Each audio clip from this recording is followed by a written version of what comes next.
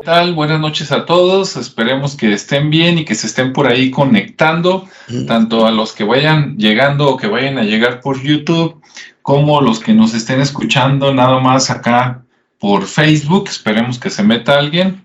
Entonces, bueno, pues ya vamos a empezar con nuestro tema de la noche. Hoy decidimos hablar de el tema podría llamarse seres mitológicos, seres extraordinarios, así como tipo Harry Potter, o los bestiarios, ¿no? Pero si le digo bestiarios, ese es este nombre como para conocedores. Entonces, digamos que vamos a hablar de criaturas fantásticas. Y bueno, pues para que no se diga, ¿verdad? Que no dejamos aquí hablar a la gente de una vez. ¿Cómo está Ricardo? ¿Cómo está Rodrigo? Bien, gracias. Bien, bien, bien. Hola, muy bien también, muchas gracias. Aquí listos. Muy bien, pues llegando y haciendo ruido. Vamos a pasarle el micrófono a Rodrigo para ver de qué ser nos va a hablar primero. Adelante, Rodrigo. Bueno, si de alguna manera me toca empezar, déjenme hablarles de una criatura que todo el mundo conoce, que ¿cómo se dice? Los cines han hecho populares, que las novelas han hecho, y pues que de alguna manera está presente en la imaginación de la gente. Obviamente me salí de lo que sucede aquí en México, para no hablar de una bestia aquí natural, sino vamos a hablar de una bestia universal. Y vamos a hablar del vampiro. Básicamente un vampiro sería un ser que de entrada se alimenta de sangre. En ese sentido, como seres humanos, de repente se dan las situaciones, se dan las condiciones para que esto suceda. Y el vampiro es una de las figuras recurrentes en la mitología de muchos países.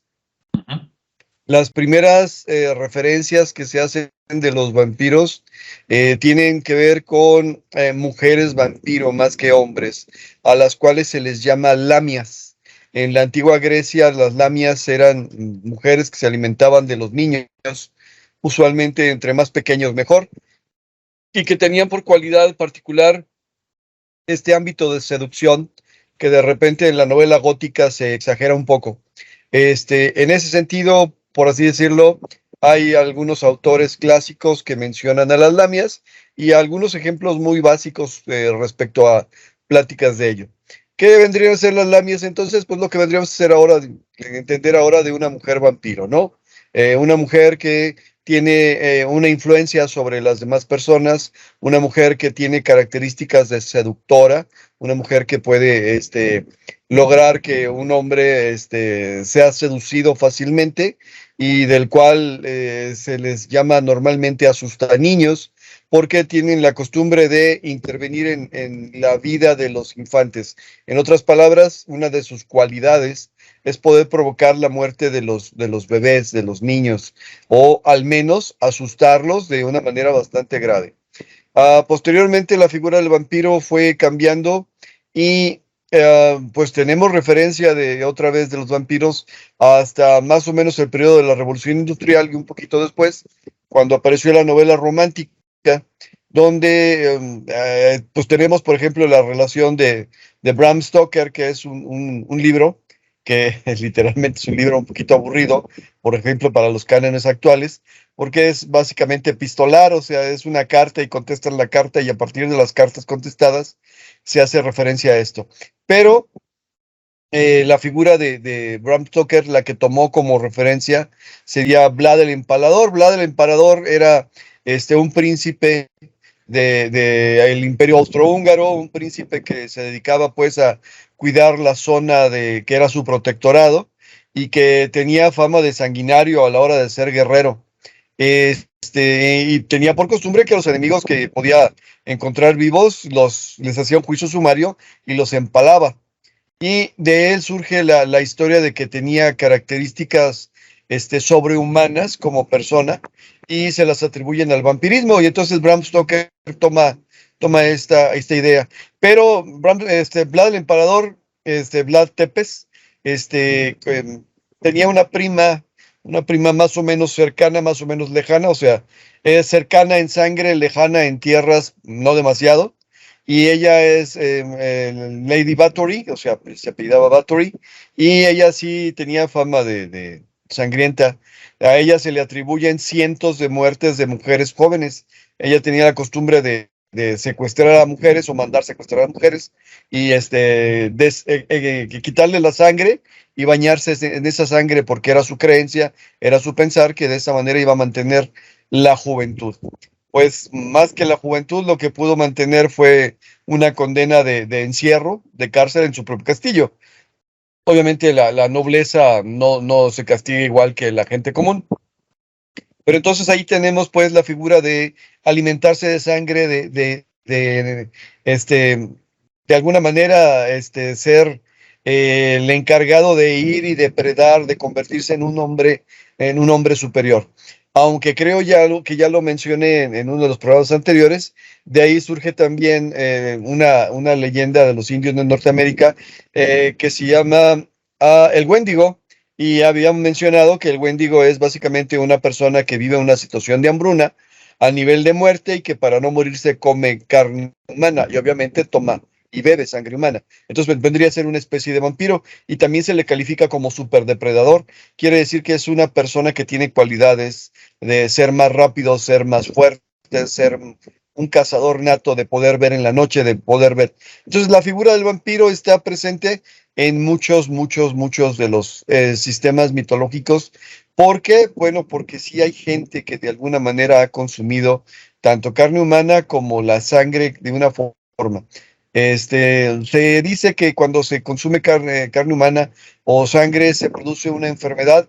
Esto no siempre es cierto, pero esa es una enfermedad que se llama enfermedad de priones y que vendrían a ser unas proteínas que difícilmente tienen asimilación en el cuerpo humano y que precisamente esas proteínas provocan la locura. De hecho, una enfermedad relacionada con priones, por ejemplo, es el de las vacas locas o del cerebro espongiforme. Entonces, bueno, sí hay una degeneración cerebral, pero en este caso las personas que consumen sangre humana vendrían a considerarse vampiros y por lo tanto seres de la noche, seres que tienen cierto nivel de rango espiritual y que tienen dentro de su posibilidad tener cualidades sobrehumanas. Insisto, una figura mitológica bastante intensa, bastante frecuente y que nos viene acompañando. Últimamente, me refiero últimamente también a finales del siglo XIX para acá, también un poquito saliendo del romanticismo, se estableció que los vampiros se habían iniciado probablemente en Egipto. Bueno, estas prácticas de canibalismo probablemente sí lo fueran, pero digo, no hay referencia histórica así fidedigna que pueda determinar que esto existía así, tal como lo entendemos actualmente. Entonces ahí está el vampiro, la vampiresa, o lamia, o como se le quiera llamar, y bueno, sigue estando presente al nivel de que hay gente que se dedica a querer ser vampiro, se visten en el estilo gótico, tienen ciertas costumbres, buscan de alguna forma estas situaciones, y quisiera pensar que no es cierto, pero la verdad es que sí, ocasionalmente consumen sangre humana. La dejo por aquí, paso a la bolita. Muy bien, muy interesante ahí el contexto. Para los que nos están escuchando, si les pareció algo interesante y quieren preguntar algo de lo que comentó Rodrigo, pueden hacerlo por el chat de YouTube o de Facebook. Y si quieren aportar algo también. Bueno, pues vamos ahora con Ricardo. Ricardo, ¿qué nos tienes tú por acá? Hola, bueno, pues en mi caso estoy viendo algunas criaturas prehispánicas ¿Ah? que de alguna manera tienen su versión luego contemporánea, ¿no? Pero incluso estaba viendo que el tema de que anteriormente se le llamaban criaturas, después con la llegada de los españoles y sobre todo la iglesia a esas criaturas que no sabían qué eran o no tenían mucha definición les empezaron a llamar demonios. Entonces de ahí empieza como a tener sentido el tema del demonio y a inculcar el miedo, pues como siempre en las religiones. Entonces, la primera criatura que traigo es una que se llama de Zulum o de Zulum y es del sur del país, de México. Y esta criatura, pues es un animal, un felino, que bueno, por aquellos rumbos lo conocen mucho porque es, es una criatura muy feroz, Ahorita les iba a mostrar unas imágenes. Es muy feroz, pero también tiene una contraparte que es muy atractivo para las mujeres. No se sabe por qué, pero le dicen también la atracción fatal, ¿no? O letal. Tiene ahí unas versiones interesantes, pero esto es debido a su belleza, porque es un animal muy parecido al jaguar, pero mucho más grande. Tiene un pelaje más parecido como a una pantera, pero con pequeñas notas o marcas de tipo jaguar. Entonces lo hace ver muy, muy feroz, pero también muy bonito, ¿no? Muy atractivo, muy, muy imponente. Entonces, obviamente a los hombres pues los ataca y los devora, pero con las mujeres, sobre todo con las niñas, tiene una particular atracción, porque no se sabe, pero se dice que cuando ve a una niña, la niña se siente atraída por él, como si fuera una especie de algo amistoso, entre comillas, y a su vez tiene la facultad de hacerlas crecer, es decir, de repente en vez de ser una niña la transforma en una mujer. ¿Sí? ¿Con qué propósitos? No se sabe, sino que se tiene ese conocimiento de que así sucedía, y que incluso una vez en Chiapas una niña eh, junto a un río vio a este Zulum y obviamente pues la convirtió en una mujer. Pasaron algunos meses y pues la niña desaparecida, empezaron a tratar de buscarla, notificaron a todos para que ayudaran, y bueno, pasado 3, 4 meses, pues llega una mujer y toca una casa, ¿no? Toca la puerta, sale una señora, le abre la puerta y la mujer le dice, mamá, no me reconoces, soy tu hija. Y la señora pues se queda asustada porque dice, pues tú no puedes ser mi hija tiene 8 años, ¿no? O 10 años. Y dice, no, es que de verdad soy tu hija, nada más que sucedió esto, y empezó a platicarle toda la historia. Y pues se relacionó mucho con el tema de los hombres que son devorados por una bestia muy grande. Y bueno, esa es como una parte de lo que es el Zulum, ¿no? Por ahí traigo unas imágenes que se me hicieron, una muy contemporánea y una muy del lado prehispánico. ¿Las puedo compartir? Sí. Nada más para tener una idea más visual de lo que es y creo que ya lo han visto por ahí esa figura, porque después tiene una relación más clara con el jaguar, por un tema más mitológico, pero el jaguar es como más místico, es como la contraparte, entre comillas, positiva, y bueno, se me hizo interesante cómo lo veían anteriormente y cómo después la parte contemporánea que mantiene la leyenda del Zulu lo ve como un animal más fiero, ¿no? A ver, ahorita voy a compartirlo, nada más para que se vea. Bien. Aquí está. ¿Sí se ve? Todavía no, pero Ahí como que ahí va. Bueno, a ver, para los de YouTube no se ve todavía. Ahí va, como que quieren. Ahí está, listo. Hasta allá. Bueno, entonces de un lado pues se nota mucho el tema pictórico o el dibujo que se tenía en la parte prehispánica, ¿no? Uh-huh. Y ya lo que es la fiera esta ya más moderna, que incluso tiene ahí un pelaje, de hecho en otras imágenes pareciera como un chacal, ¿sí? O como una hiena. Entonces tiene varias connotaciones. Y bueno, nada más quería mostrarles la imagen para que también se dieran una idea de esta figura, cómo era representada y cómo se representa hoy en día. Y que aún sigue existiendo esa leyenda por el sur del país. Muy bien.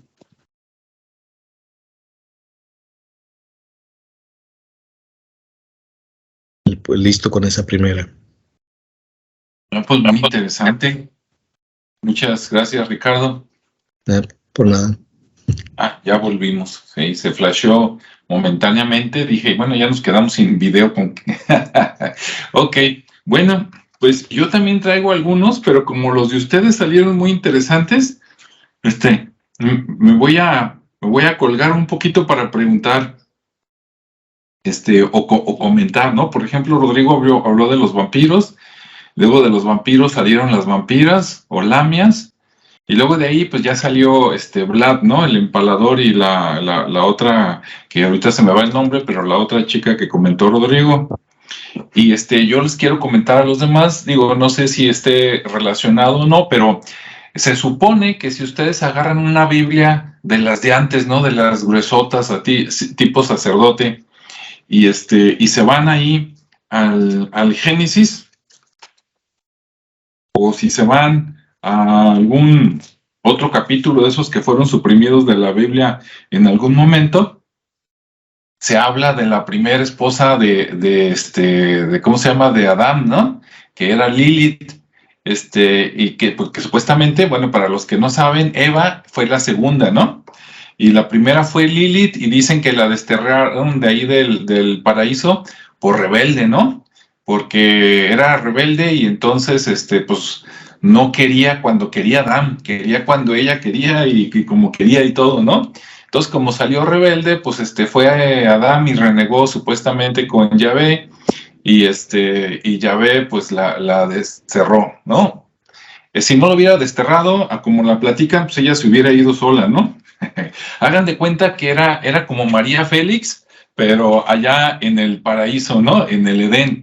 Entonces, pues se le hacía lo que quería y total, entre que se fue y la desterraron, se fue, y resulta que en venganza supuestamente fue a buscar al diablo, ¿no? O a uno de los demonios, y después hicieron pareja, tuvieron hijos, y ya después le cuelgan que pues ella se hizo mala, ¿no? Y le cargan todas las desdichas de la humanidad, entre esas el seducir a los hombres en las noches y llegar con algo parecido como vampira y también chuparle sangre y quién sabe cuánta cosa, ¿no? Ahorita que Rodrigo estaba platicando sus historias, lo recordé y dije, lo voy a soltar, ¿no? Allá va.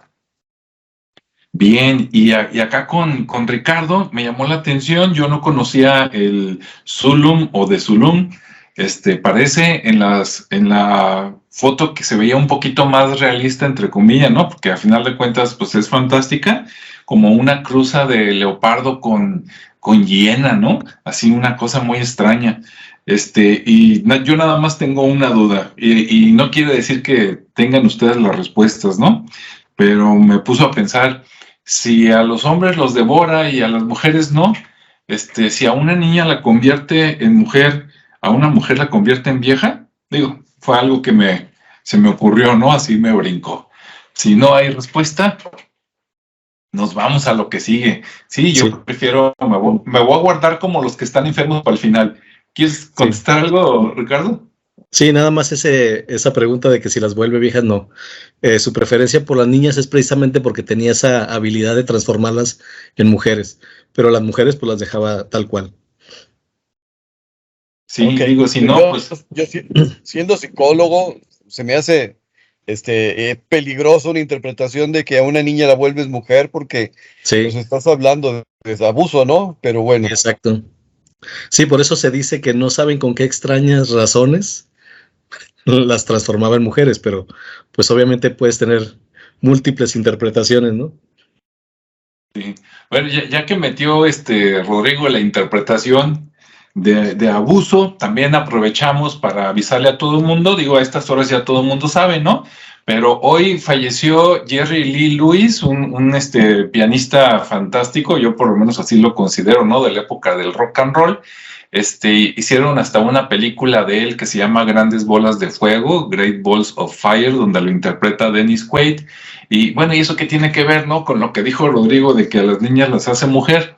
Bueno, precisamente él abandonó momentáneamente su carrera porque creo que cuando él tenía como 30 años, pues se casó con una chica que tenía creo que 16 años y aunque sí se podía en aquellos tiempos, pues se vio mal, ¿no? Y aparte no sé si era su sobrina o era la hija de un amigo, algo así, ¿no? Entonces fue un gran escándalo en aquellos tiempos y le dijeron tu carrera o la chica, ¿no? Que no me acuerdo ni cómo se llama y pues prefirió a la chica. Entonces se retiró de los escenarios, aunque ya después de que pasaron muchos años, digamos que lo perdonaron, ¿no? Ya que la chica creció más y tuvieron hijos y que vieron que se aguantó el matrimonio y que no pasó nada malo. Y pues ahorita me acordé, ¿no? Entonces, para los que no sabían, pues falleció Jerry Lee Lewis a los 87 años. Ahora sí, Rodrigo, vamos con tu segundo Relato, Ok. adelante. Antes de pasar al segundo relato, nada más quisiera mencionar lo que dijo Ricardo. En el sureste del país, en la cultura maya, se considera el jaguar sagrado, igual que en la cultura náhuatl, en el centro del país. En la cultura maya, a la deidad, a la parte positiva, se le conoce como Balam, o si es negro, Ekbalam, o sea, un jaguar negro. Pero bueno, todo tiene su contraparte. Entonces, ¿qué es la contraparte de una deidad protectora, benefactora, que se dedica a cuidar a la gente o al campo o a la zona? Pues una que se dedica a perjudicar, ¿no? Y bueno, pues ahí tenemos al Zulum que pues, se dedica a perjudicar niñas, ah, caray. Bueno. Me da la misma situación en el punto del vampirismo, o sea, es una persona que se le considera superdepredador. Si han tenido la suerte de ver películas, por ejemplo, relativas a vampiros, normalmente se les pone como seductores, inteligentes, manipuladores, de alguna manera todo eso. Bien, antes de decir la siguiente bestia, respecto al comentario ¿cómo se llama? La primera esposa de Adán, de Lilith, viene de la cultura sumeria, la tradición viene de la cultura sumeria y era considerada una diosa porque literalmente era parte de una práctica religiosa que incluía el alimento de sangre, pero no lo veían como vampiro, lo veían como una práctica religiosa y no estaba dedicada para cualquiera, o sea, no cualquiera podía participar eso. A esa diosa se le conoce como Astarte. Sí, y también se dice que podría ser el origen del vampirismo. Moraleja, las lamias que proceden o se les relaciona con Lilith podrían ser sacerdotisas de Astarte, que es una tradición. Si se recuerdan un poquito del libro de la Biblia, Abraham se crió y se educó en esas tradiciones, en esas religiones. Por eso cuando Dios lo sacó de la Mesopotamia, donde vivía, le decía, olvídate de tu pasado, ahora de aquí en adelante. Y es la misma situación de todo aquel iniciado. ¿Qué significa? Que de alguna manera, pues todos venimos de un pasado complicado, pero olvídate del pasado. Vamos viendo qué se alcanza a hacer de aquí en adelante. Bueno. La siguiente criatura mítica que quiero mencionar está muy relacionada con las dos que ya se mencionaron. El Zulum de acá del sureste con el vampiro y vendría a ser el hombre lobo. La diferencia del hombre lobo con el vampiro en general procede de cómo se contagia o cómo se hace de esta manera. Normalmente para la cuestión del vampirismo, la persona tiene que no solo ser chupado por el vampiro, o sea, no solamente tiene que ser víctima por vampiro, porque así lo que normalmente sucedería es que el vampiro literalmente se acaba con su sangre y pues ya no va a sobrevivir nadie, ¿no? En las películas más modernas, bueno, después de que se muere de esa manera, renace de una manera más bestial o más demoníaca o como se le quiera llamar. Pero la cuestión del hombre lobo es literalmente una situación involuntaria. En el vampirismo, ¿cómo se dice? Para ser de la élite del vampirismo, tendría que no solo ser chupado, sino también consumir la sangre del que lo generó. O sea, es un acto voluntario. ¿Sí? No sé bueno, en la novela de Bram Stoker sí lo menciona, si vieron películas como la de La entrevista con el vampiro, bueno, dice, ¿tú quieres serlo? ¿De verdad, de verdad quieres pertenecer a esto? Pues órale pues, y te toca consumir sangre. Bien, en la novela gótica se habla de la sangre y de consumir la sangre y todo lo demás, porque involucra el proceso de prácticas sexuales, pero obviamente para la moral de finales del siglo XIX, pues no era fácil que en una novela pusieran todo eso sin ser clasificados o catalogados como ¿qué se diría? Porno, revolucionarios, no sé qué nombre le quisieras poner. Entonces, lo que literalmente es una chupada de vampiro, a lo mejor no era chupada, pero bueno, sí era del vampiro, pero no era en el cuello. Ya me callé, de aquí ya no quiero avanzarle. Entonces, el hombre lobo es una persona que literalmente fue contagiada contra su voluntad en un encuentro casual en el bosque, en su casa, en el campo, en el terreno donde de repente un animal se pone a depredar y empieza a tosigar al ganado y de repente, pues a la hora de estar tratando de defenderlo, son mordidos. En otras palabras, otra vez sigue siendo la mordida la encargada de la transmisión de esta situación. Y la característica del hombre lobo con respecto al vampiro es que es como no lo eligió, sino fue una situación por completo, ¿cómo se llama? Fortuita o no planeada, es básicamente un animal, es una bestia. Y ahora sí, una vez al mes o durante varios días, durante 7 días que dura la luna llena, o 3, porque en algunas otras dice que solamente 3 días de la luna llena, el hombre lobo se transforma en animal y transformado en animal no sabe lo que está haciendo. Entonces, bueno, un vampiro y un hombre lobo, entonces podrían ser, por así decirlo, parientes o primos o algo muy cercano. Entonces, si elige ser consciente y de forma voluntaria accede, entonces es un vampiro porque tiene toda la conciencia, sabe lo que se está metiendo. Pero si además de todo esto es una situación fortuita o algo por el estilo, pues entonces tenemos un hombre lobo. ¿Y qué vendría a ser un hombre lobo? Un hombre bestia que no es consciente de lo que está pasando, pero siguen teniendo las mismas características. Es un depredador, es de la noche, es fortuito, es una bestia, se alimenta de carne humana o de sangre. Entonces, vamos a la misma situación. Y bueno, referencia a la cultura universal de estas figuras míticas, pues tenemos al Zulum. Básicamente es el equivalente de un hombre lobo, pero ahora en la zona del jaguar, ¿no? O sea, una bestia que se dedica a consumir carne humana, que es más grande que un animal normal de sus características, que tiene características de ser muy atractivo, o sea, seductor, y que al fin y al cabo lo que anda buscando son muchachitas. Bien, en ese sentido me refiero pues de la universalidad de la figura del vampiro, ¿sí? Entonces, voy de nuevo, hombre lobo es el que se convierte en lobo, que se convierte en bestia y no es consciente de lo que está haciendo, aunque sí lo hace, pero no es consciente de ello, porque no lo eligió, fue elegido. Y el vampiro, al revés, si lo eligió, es consciente y por lo tanto, desde el principio controla el proceso y sabe a lo que se va a dedicar y a lo que tiene que hacer. Vuelvo a dejar la palabra. Muy bien. Bueno, pues antes de pasarle el micrófono a Ricardo para que nos saque ahí la segunda sorpresa, les comento que por acá en YouTube tenemos conectado a Ramón del Ángel, un saludo, y nos comenta, dice, en pocas palabras, dice, aprovechando que están hablando de vampiros, dice, podrían hablar de Sots, el murciélago prehispánico. Ándale, y después hace un comentario de que le gustó el video de los tecuexes, que si podríamos platicar después un poquito más de la historia de Nuño de Guzmán. Con gusto lo preparamos para Nuño de Guzmán y lo lanzamos después, ¿no? Y del vampiro, pues por acá yo nunca había escuchado a Sots, pero ya ven que aquí todo lo sabe Wikipedia, ¿verdad? Aunque no necesariamente es verdad, sobre aviso no hay engaño. Y por acá sale en Wikipedia, dice, el SOTS dice, bueno, así como va, ¿no? Dice, es la cuarta veintena de los días del sistema calendárico del Jaab y simboliza el murciélago, punto. Y luego dice, murciélago se relacionó con la noche, la oscuridad, la muerte, los sacrificios por decapitación y extracción del corazón. Anda, pues, con la fertilidad y la sexualidad. Sos pertenece al segundo trío de veintenas que junto con Sek y Zul simbolizan al planeta Venus.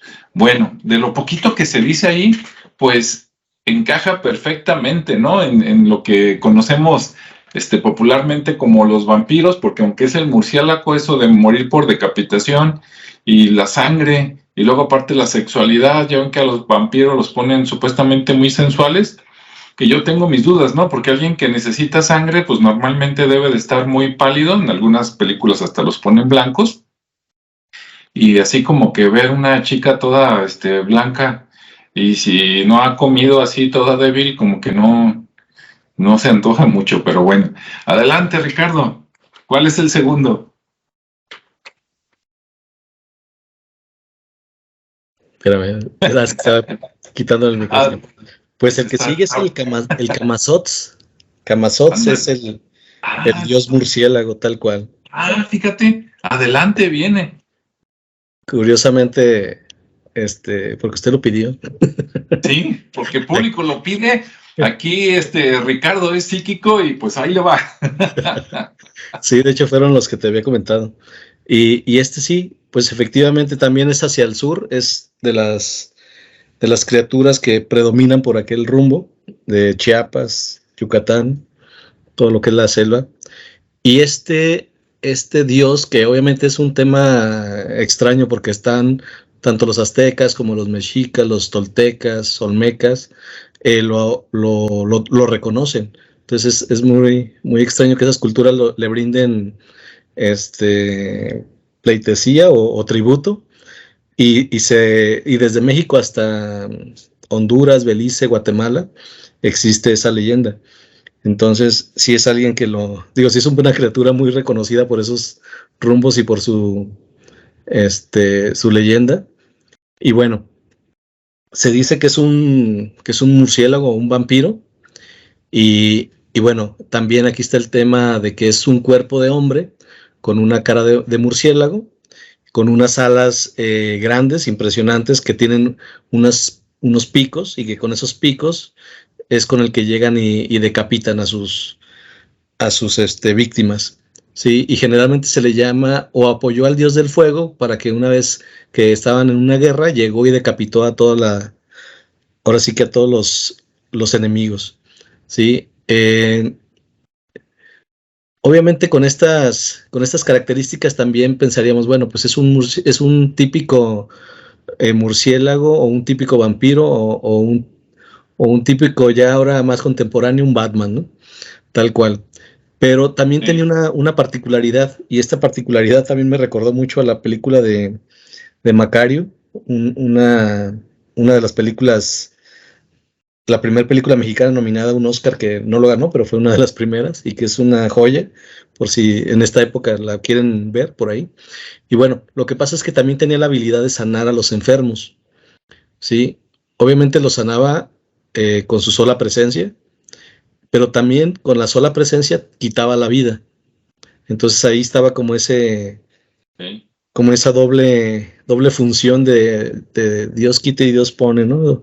Entonces, él, como lo decían, era un dios murciélago, pues bueno, tenía esa cualidad de quitar la vida a los enemigos de quien lo solicitaba, o de dar la vida a los enfermos o gente que se necesitaba, incluso resucitarlos, ¿sí? Entonces también ahí se viene a manejar mucho simbolismo, ¿no?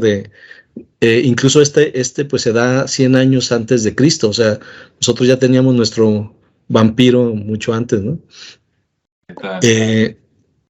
Y bueno, aquí también les traigo una imagen para que también lo tengan más visual, y se los voy a compartir. Déjenme ver dónde la dejé. Permítanme.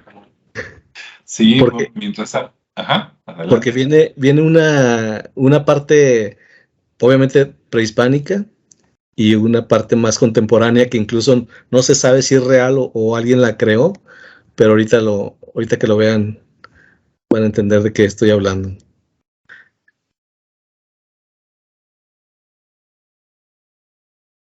A ver, ahí voy de nuevo a compartir. Ahorita me dice si ya lo ven. Ahí va a estar parpadeando. Muy bien, ahí va, como que quiere. Como que quiere arrancar.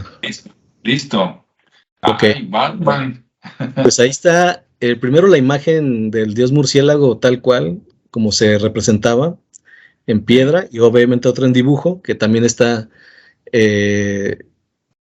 representada con el tema del sacrificio, ¿no? Con el corazón que sacrificaban y que se lo daban en tributo al dios Sol. Y después están otras comparativas donde se encontraron ese busto o esa especie de máscara de un aparente Batman, si lo relacionamos, pero que en aquel entonces, pues obviamente era Camazotz. No se sabe si es real o es alguien que la generó basándose en ese personaje de los cómics, pero bueno, tiene muchas figuras ahí. Obviamente no se certifica, y creo que sí va a ser una falsedad eso, pero bueno, no encontré información respecto a quién la haya creado, pero sí está incluso en un museo esa figura, esa máscara. Por si alguien tiene alguna noticia de ella y no la puede compartir, pues con mucho gusto aquí la compartimos también. Y bueno, esas son como las representaciones de este dios o de esta criatura llamada Camazotz, que es un murciélago o un vampiro prehispánico, y que además era dador y quitador de vida, ¿no? Pues muy interesante. Sí, yo no lo conocía. menos sus características. Esos dibujos que presentaste, el que parece Batman, ¿no? Ahí de los 90s. Sí, esa sí ya lo había visto, esa noticia en internet, ¿no? Que supuestamente lo encontraron y que es original, pero como dices tú, quién sabe, ¿no? Habría que investigar, pero si es cierto, como dices, imagínate, acá ya teníamos el hombre murciélago antes de que existieran los Estados Unidos y antes de que llegaran los españoles, ¿no? ¿Qué tal? Sí, exacto. Y muy, muy interesante. Antes de que presentaras la representación, cuando nada más dijiste que era un cuerpo de hombre con cara de murciélago, ¿no? Y ahí con los picos, que a veces, bueno, pues está la duda, ¿no? Porque están los murciélagos, creo que son los que tienen orejas cortitas, ¿no? Y los vampiros son los que tienen las orejas largas, o bueno, capaz de que es al revés, ¿no? Pero recordé también ¿han escuchado la leyenda del hombre, ¿cómo se llama? ¿El hombre Mota o Mothman? Ya ven una película que salió hace tiempo de Mothman, donde sale Richard Gere, para que si nos están escuchando las mujeres, pues lo busquen, ¿no? Con ganas. Y es una película, al principio yo pensé que eran de esas modernas, ¿no? Leyendas urbanas, digamos, nuevas, pero luego buscando por ahí incluso se le relaciona con ciertos fenómenos como de ovnis, entonces no se sabe si es, digamos, un demonio, una criatura de otra dimensión o un extraterrestre por ahí raro. Obviamente no es de los grises, ¿verdad? Pero está interesante la película y al parecer está basada en hechos reales, ¿no? Entonces, pues ahí está otra criatura, digamos, no es igual, pero parecida, ¿no? Que se aparece, vuela, llega, y pues causa por ahí daños, ¿no? Digo, cosas de acá del mundo del misterio. Pues muy interesante. Sí. Mira, parece que tenemos 2 comentarios, no sé si gustas leerlos. ¿Los puedes ver tú también, Ricardo? Sí, sí, sí. Adelante. De hecho, Ramón del Ángel nos comenta, y muchas gracias por el comentario, dice, efectivamente el Camazotz, el dios vampiro, era de origen maya, y también nos comenta que de hecho Camazotz y la gente de DC, de Batman, quisieron hacer una interacción. Hay interacción. Ajá, así es. Mira, pues, para que vean. Entonces sí, algo tiene ahí de realidad. Y bueno, todo lo que son los cómics, tanto de DC como de Marvel, pues sí es gente que estudiaba mucho la cultura y de ahí sacaban sus personajes. Y por no decir que eran superfusileros, ¿verdad? Sí, eran maestros de la copia. Sí, se veían qué había y se lo apropiaban y lo registraban, ¿no? Yo lo inventé, qué padre. Sí. Luego también nos comentan que alguien en esa interacción con DC quería hacer un Camazotz y fue para la Ciudad de México para hacer una historia con Batman. Bueno, es otro comentario ahí. Muchas gracias. Muy bien. Pues parece que sí se documentaron un poquito en esa historia y ahí les dio para crear esos y otros personajes. Muy bien, pues muy interesantes los que sacaron, los vampiros, el hombre lobo, el Camazotz y el de Zulum o Zulum, ¿no? Como se pronuncia el otro ahí, el jaguar. Bueno, los que yo traje son muy sencillos, muy clásicos, podríamos decir que estas son primos y yo creo que son falsos, pero son muy interesantes, ¿no? O sea, de entrada ya me maté el tema y todavía no lo platico, pero ahí va. Bueno, ¿por qué? Porque uno, pues es el Yeti, ¿verdad? Más conocido como el abominable hombre de las nieves, y el otro es el pie grande, ¿verdad? O Bigfoot o Sasquatch, que por cierto, yo siempre los hacía de que Sasquatch y pie grande era lo mismo, nada más que Bigfoot, pues es inglés, y Sasquatch dije ha de ser algo de los nativos americanos, ¿no? Y aunque hay algo de cierto, investigando un poco, me di cuenta que Bigfoot le llaman supuestamente en Estados Unidos y que eso de Sasquatch empezó a salir más por los de Canadá. Esa yo no me la sabía, ¿no? Que hubiera esa diferencia de que acá le llaman de una manera y acá de otra. Y pues ya ven que siempre que lo representan, pues es como algún homínido, así entre entre homínido y humano, ¿no? Como un homo, lo que tú quieras ponerle. Se supone que hace muchos millones de años hubo un homínido al que le decían el Gigantopithecus, ¿no? Que a lo mejor es lo más parecido a lo que nos ponen en las películas de un yeti o un pie grande, que es un pues homínido antiguo, un poquito más para el lado de la bestia que de los humanos. Y ahí lo que me llama la atención, o sea, lo que te dice, esto debe ser fraude, es por lo siguiente, ¿sí? Ha avanzado tanto, digamos, la ciencia, la tecnología, sobre todo en los últimos 500 años, ¿no? Que en los años por ahí, entre 1700 y tantos, bueno, después de la conquista de América, se soltaron los europeos, pero como desafanados, ¿no? De que le cae al que no conquiste algo. Entonces los ingleses, los españoles, los holandeses, los franceses, como que dijeron, este es el año de Hidalgo, nada más que ellos se agarraron 2-3 siglos, ¿verdad? Y se fueron a conquistar todo lo que había afuera y a repartirse todo el mundo. Y entonces, y después, ya que conquistaron, después siguió la época de los exploradores, ¿no? Ahí donde descubrieron que dónde nacía el río Nilo, que un montón de cosas, ¿no? Que siempre se lo atribuyen al que llegó y le preguntó a los nativos dónde estaba, ellos le dijeron dónde, y luego fue y fue allá a la Sociedad de Londres y dijo, yo lo encontré, ¿no? Gracias a los nativos, pero bueno. Entonces, a lo que voy es que es poco, claro, siempre hay un porcentaje de misterio, ¿no? Pero es poco lo que no se conozca. Por ejemplo, no sé si los que nos estén escuchando aquí, hablando de gorilas, chimpancés, etcétera, alguna vez hayan escuchado al bono bono, ¿no? El bono bono es algo parecido más al chimpancé que al gorila y también está emparentado de alguna manera con nosotros. Creo que está más cercano a nosotros que el chimpancé.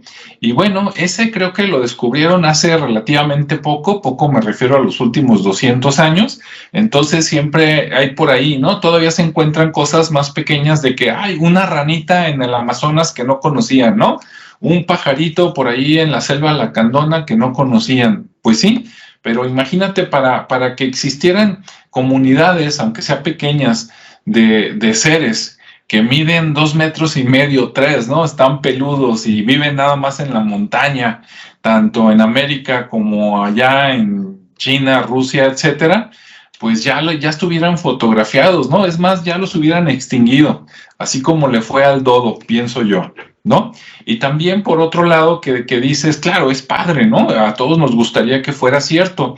Ahora, yo creo que fue cierto, pero en el pasado, ¿no?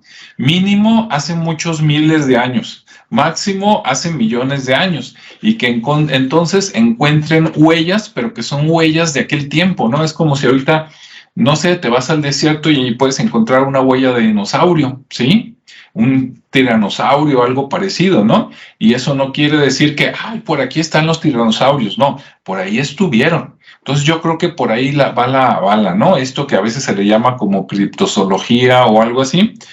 Yo creo que sí pudieron haber existido seres similares a esos que nos comentan, incluso parientes lejanos, ¿no? De nosotros, pero en estos tiempos no creo que exista, a menos que sean de esos seres que dicen que son multidimensionales y que vienen de otro lado o de otro planeta. Bueno, ahí ya es otro rollo, ¿no? Pero de que sean originarios de la Tierra y que hayan sobrevivido durante tanto tiempo y que todavía estén por ahí, yo creo que no. ¿Me puedo equivocar? Claro que sí, ¿no? De hecho, ahorita van los comentarios aquí de Rodrigo y de Ricardo, pero ese es mi comentario. Otro comentario que me hace pensar que actualmente no existen es que dices, mira, qué casualidad que todo eso salió más a la luz, obviamente cuando sale después de los años 70, ¿no? No dudo que haya que investigando vean cosas de principios del siglo XX, finales del siglo XIX, donde algunos investigadores, no lo dudo, pero de que llegó la televisión, digamos, a color y se difundió de los años 70 y 80, y sobre todo después de los años 80, ¿no? Boom. Y dices, ¿qué había en los años? Es más, después de la Segunda Guerra Mundial se vino el famoso periodo conocido como la Guerra Fría, ¿no? ¿Por qué Guerra Fría? Porque aunque no se atacaban entre ellos, Rusia y Estados Unidos pues eran como las dos grandes potencias y se estaban repartiendo el mundo. Y dices, qué casualidad que Bigfoot está por acá, prácticamente en Norteamérica, en terrenos norteamericanos, y qué casualidad que el Yeti está por allá cerca de China, que ahora también es una de las grandes potencias, colindando un poquito con Rusia, ¿no? Se me hace mucha casualidad. Capaz de que si México fuera potencia, ya hubieran visto por acá otro y lo hubieran bautizado, ¿no? A mí se me afigura. Pero bueno, ese es mi comentario. Ahora sí, lo que guste, si sabe algo interesante, Rodrigo, Ricardo del Yeti, pues adelante. Rodrigo, viene. Bueno, yo antes de lo del Yeti quisiera nada más terminar esta intervención de estos seres. Ya mencioné al vampiro, al hombre lobo y lo relacioné pues también con otras figuras. Una más, se llama sirena. Entre los griegos se mencionaban a las sirenas que eran, ¿cómo se dice? Criaturas del mar, criaturas del agua, y que tenían una belleza espectacular de cierta parte del cuerpo hacia arriba, ¿no? Y que además de todo podían encantar a los hombres con su canción. Sí, entonces, por ejemplo, Eneas, que escribió la Ilíada y la Odisea, menciona, por ejemplo, que Ulises, para pasar por la zona donde están las sirenas, hace que a todos los marinos que van remando les pongan cera en las orejas y que a él lo amarren, porque él sí quería escuchar a las sirenas y sentirse encantado por ellas, pero no quería caer en sus garras, porque literalmente eran seres que destrozaban a los marinos y los llevaban hacia la zona de los picos de las peñas, donde los barcos quedaban atrapados, y ahí literalmente se los comían. Bueno, si nos vamos otra vez a la figura de la mujer seductora, que se aprovecha del hombre, que se come al hombre, estamos hablando de la misma figura. Bien, voy a salirme un poquito y regresar del tema de Drácula de Vlad Tepes y me voy a regresar de nuevo. Entre las órdenes de soldados de todo el mundo y de todas las eras, siempre hubo órdenes especiales, en otras palabras, de una élite de soldados que tenían sus propios ritos de iniciación, que tenían sus propios ritos de reconocimiento, que tenían sus propias maneras de hacer las cosas. Bien, en el caso de Vlad Tepes, pertenecía a una élite europea o medio europea de ese tiempo, y precisamente por eso se le conoce como Drácula. Drácula es algo así como hijo del dragón, y ya posteriormente con la versión cristiana lo cambiaron por hijo del diablo, pero hijo del dragón, los guerreros dragón eran precisamente los guerreros que pertenecían a esta élite y por lo tanto estaban dispuestos por obediencia o por gusto a cumplir con ciertos rituales que los identificaban en ese punto. Regresando a la situación del Kamazots, estamos hablando de personas que literalmente se prestan a cierto tipo de prácticas en las cuales literalmente dejan que la oscuridad invada su ser. Eso es un vampiro, por eso también se le llama hijo del diablo, ¿no? ¿Por qué? Porque está permitiendo y está haciendo un pacto con ese ser oscuro, demoníaco, o como se le quiera llamar. Entonces, regresando a las sirenas y regresando a las lamias, en aquellos entonces en la Grecia se reconocían a las hetairas. ¿Qué son las hetairas? Las prostitutas sagradas. Son prostitutas que trabajaban en un templo y se prostituían para proveer de ¿cómo se llama? Energía, la fortuna de la gente que literalmente cegada por la belleza de estas mujeres, porque solían ser mujeres de las más bellas de por ahí, se dejaban seducir por ellas. O sea, no solamente ganaban dinero, ganaban otro tipo de cosas a través de otro tipo de prácticas mágicas. Entonces, todo esto del vampirismo, de los hombres lobos, de las sirenas, de las lamias, básicamente se está refiriendo a cierto tipo de prácticas rituales que llevan al hombre o a la mujer hacia la situación más oscura, a aceptar la oscuridad en su ser para poder desarrollar las actividades que fueran. Regreso otra vez, los grandes depredadores, los hombres más fuertes, las mujeres más terribles. Bueno, ¿Qué quiere decir? Que practicaban este tipo de brujerías. Y cuando hablamos acá de Kama-Sutra, pues estamos hablando de las mismas prácticas desde una perspectiva antropológica diferente, desde una religión diferente, pero que literalmente se estaban dejando llevar por la oscuridad. Y entre esa oscuridad, el ingerir sangre humana y de comer carne humana. Bien, yo así quería cerrar esta situación.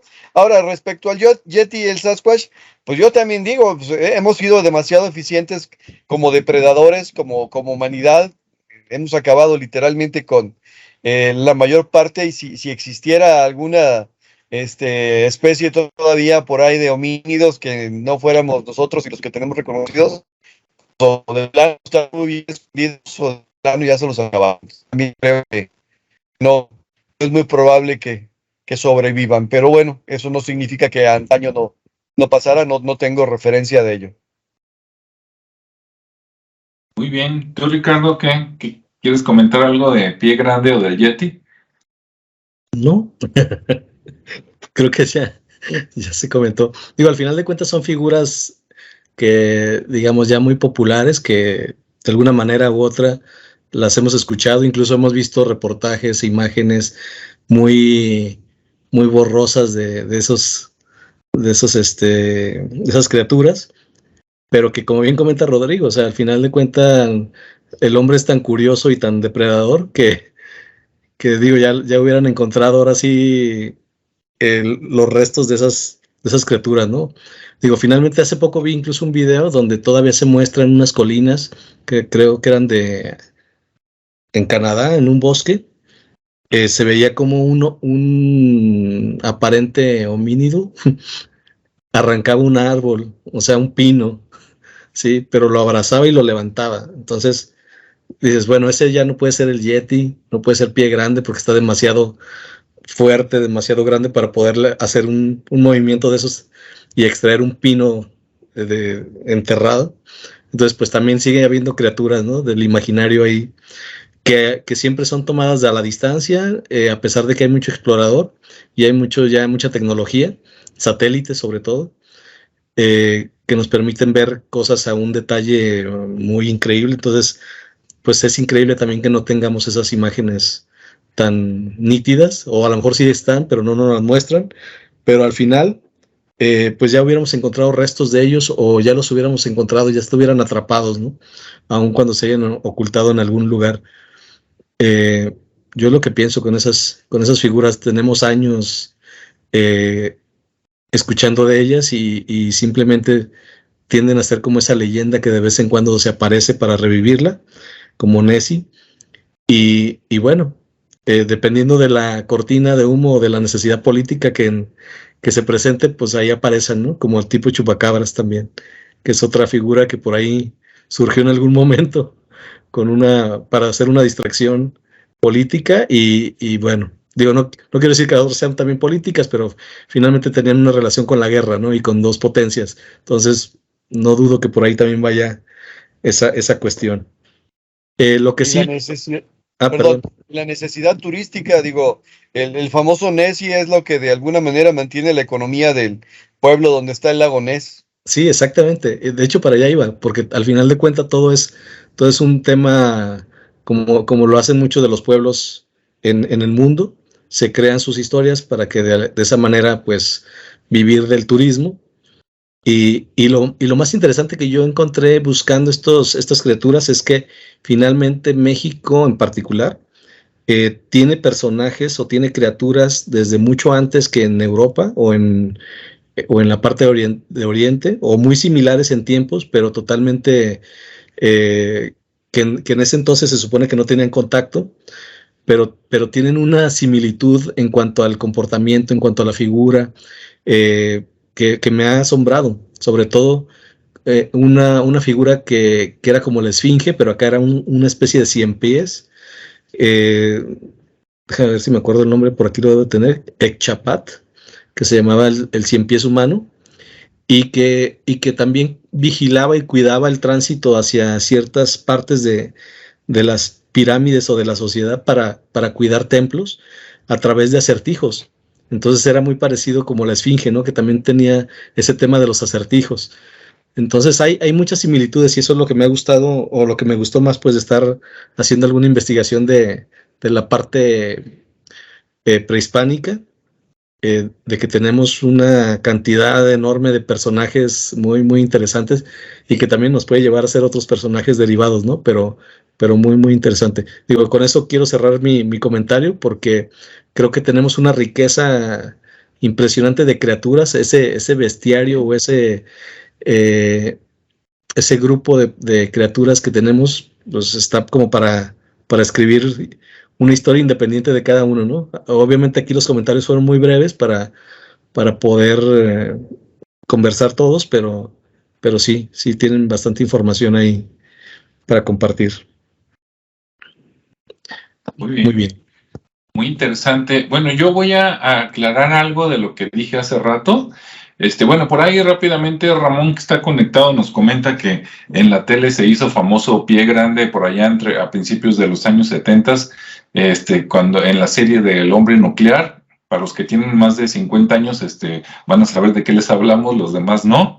Pero bueno, por ahí salía, ¿cómo se llamaba el actor, Rodrigo?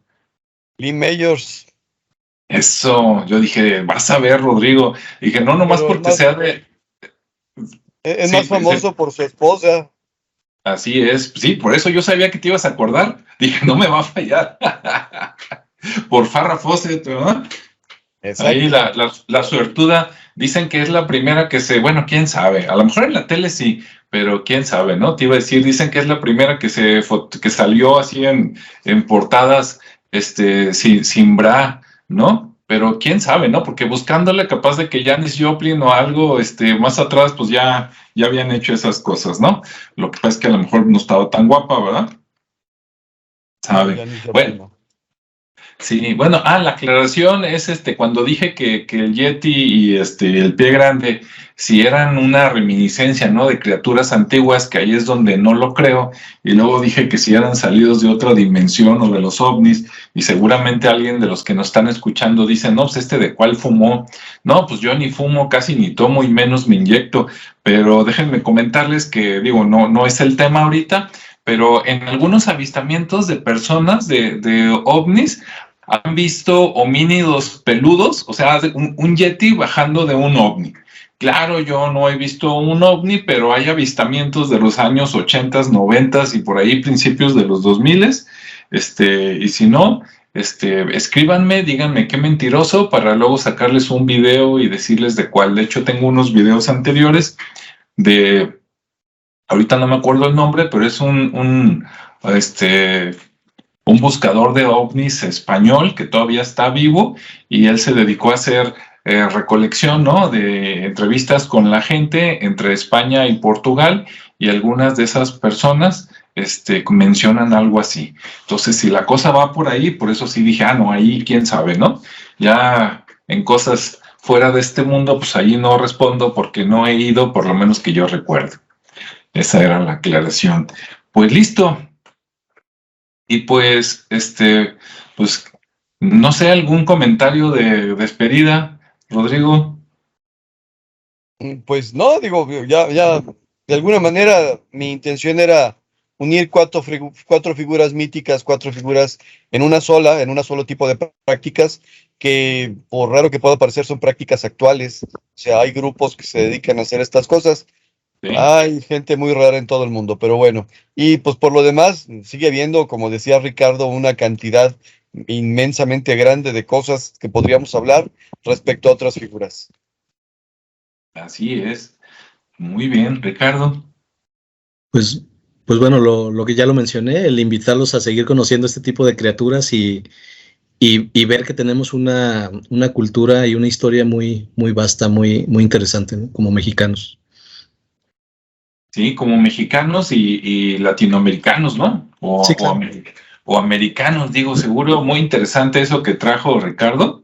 Adelante, Ricardo, te veo con ganas de sacar algo, aviéntalo. No, es que iba a decir como la parte de Centroamérica, ¿no? Porque al final de cuentas, centro y sur, como que, digo, acotando en esa parte de Guatemala, Honduras, Belice, que es la parte y la parte de Texas, donde recorrieron los aztecas, o los mexicas, el camino hacia encontrarse la tierra prometida, es básicamente donde se gesta toda esa cultura, todo ese movimiento, y ahí es donde se genera toda esta parte de los personajes, ¿no? De las criaturas.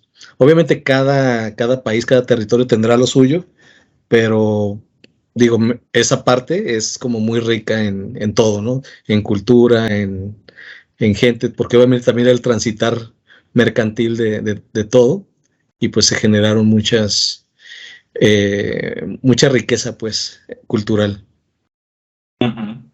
Sí, y bueno, pues seguiremos buscando, ¿no? Qué bueno que a Ricardo se le ocurrió echarse un clavado ahí en cosas prehispánicas, y pues mientras más conozcamos, yo creo que la gente lo va a agradecer, ¿no? Por lo menos yo sí agradezco el esfuerzo de los dos, y pues bueno. Pues si les gustan este tipo de temas también, como dicen mis compañeros, pues todavía hay para echar para arriba, ¿no? Entonces, si les gustó, escriban por ahí que quieren escuchar más del tema, y nosotros encantados de por aquí seguir hablando. Si no, bueno, por aquí sacamos otros temas que pues entre el misterio y la historia verdadera, pues aquí hay para que nunca se acabe la charla, ¿no? Y como dicen por ahí, aunque mucho de lo que hablamos, por lo menos el día de hoy, puede estar en el imaginario, siempre detrás de una leyenda, pues hay algo de verdad, ¿no? Y a veces buscando la historia, pues la verdad a lo mejor supera la ficción, ¿no? ¿Quién no les dice? Por ejemplo, por el lado de Rodrigo, yo sé que hay una enfermedad donde las personas están baja de hierro, no sé qué, y esas personas necesitan alimento, y a veces les dejan precisamente comer sangre, ¿no? No quiere decir que sea sangre humana, pero alguno por ahí que se aloque, que diga, bueno, pues a final de cuentas es sangre, ¿no? Entonces, pues, ¿por qué no? Y a lo mejor de ahí viene también la leyenda de los vampiros, ¿no? Ahorita como quiera a lo mejor le dan un medicamento y pues ya lo controlas, ¿no? Ah, toma, órale, con el doctor Simi o a ver con quién. Pero en los viejos tiempos, imagínate hace 500 años, hace 3000 años, alguien que tuviera esa enfermedad y que pues comiendo carne cruda ahí con algo de sangre, ¿no? Así como la moronga, vieron que con eso se sentían mejor, pues agárrate, ¿no? Bien. Bueno, Hace pues 70 entonces, años todavía, digo, y probablemente todavía en los ranchos. No sé si tienes algún pariente que viva en rancho, pero yo tenía un pariente que vivía así literalmente en un pueblito, en una ranchería, y decía, no, vénganse temprano y aquí le abrimos el cuello a la vaca y les damos un vasito de sangre. No, gracias. Sí, sí, todavía se sigue usando esa actividad ahí de probar la sangre por distintos motivos, incluso algunos con temas de virilidad, pero bueno. siempre le echan la culpa a algo, ¿verdad? Que órale, compadre, para que se le active, Sí, sí, sí. para que se le active el miembro, y resulta que no. Sí, incluso también en las costumbres bárbaras, y aclarando, bárbaro no significa así como que antiguo o qué barbaridad, ¿no? Ya ven que es el nombre que le daban los romanos a los que estaban más allá de sus terrenos. Como acá los chichimecas, ¿no? Como ya los platicamos en algún momento. O sea, los que se sentían civilizados, a los demás les decían los chichimecas, y allá los romanos, a los incivilizados eran los bárbaros, ¿no? Y entre los bárbaros, pues estaban, digamos, los descendientes de los vikingos, ¿no? Y los vikingos eran unos de los que hacían esta práctica que dice Rodrigo, ¿no? Agarraban un animal, ahí una res, rájale, mátalo, llena la copa de sangre y salud, ¿no? Para todos. Y como dicen, pues por ahí en los pueblos todavía, imagínate, así es que mucho ojo, ¿sí? Cuando lo inviten al pajarete, asegúrese que sea de leche, no vaya a ser que le dicen, órale, llégale a la sangrita. Bueno, pues gracias a todos por estarnos aquí escuchando, y bueno, pues encantados de que nos sigan y que pongan sus comentarios. Entonces nos despedimos, esperemos estar la próxima semana con algún tema interesante para ustedes, ¿no? Entonces, bueno, pues cuídense, ¿verdad? Sean felices y nos vemos en el siguiente espacio. Claro, hasta luego. Hasta luego.